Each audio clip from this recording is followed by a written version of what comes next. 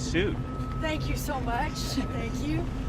Great to be with you all. This is my first time back here at the White House. I think a lot of you know I was here in the first term with the president's domestic policy agenda, but what an honor and great blessing. I was sworn in, Harrison, less than 24 hours ago, but we are already hard at work. I'll leave here and head to Kentucky to a major farm show there, and then we'll start moving around the country, but really glad to be with y'all. Thank you. Secretary Rollins, can you talk about, thank you so much for doing this. Can you talk about what the administration is doing right now to help Americans address the egg prices? How long do Americans have to wait to see the prices come down on that front? Yeah, thank you for that question. Clearly, one of the key issues facing all Americans right now is the price of food and grocery prices. I know President Trump, and what an honor to represent his vision, even talked about this quite a bit while he was on the trail over the last few years. We have seen the prices continue to rise. I, of course, was just sworn in less than 24 hours ago, but my very first briefing in my office last night was on this particular issue, was on the avian bird flu. We are looking at every possible scenario to ensure that we are doing everything we can in a safe, secure manner, but also to ensure that Americans have the food that they need. And as a mom of four teenagers, actually, I fully understand and feel the pain of the cost of these eggs. So we will be announcing more in the coming days, but just so you all know, I'm already in massive contact and lots of discussions with the team here at the White House, with teams across the federal agencies, but certainly with the extraordinary team and the bright minds at the USDA. Madam Secretary, Yes, thank you so much. Obviously, right now we're seeing a lot of mass firings across the federal government and a number of agencies. I know you talked about going to the farm shows, one of your first orders of business, but are you laying off staff? And if so, how many and for what reason? Thank you for that question. Clearly, it's a new day.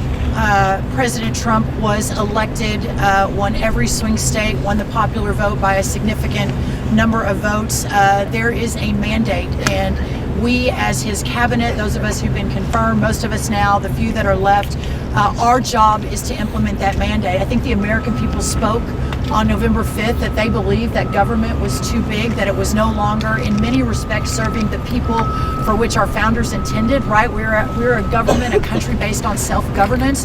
And so what can we within the cabinet do within our agencies to ensure that that vision is enacted?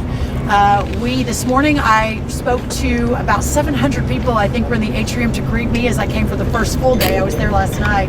And I spoke this morning. I gave about 10 minutes of remarks. Obviously, the vision of rural prosperity and getting our farmers and ranchers and our ag community back to profitable. We're in the worst economic times for our farmers and ranchers than we've been in decades today. But part of that is making these government agencies more efficient, more effective, and more aligned with the vision for which they were originally intended.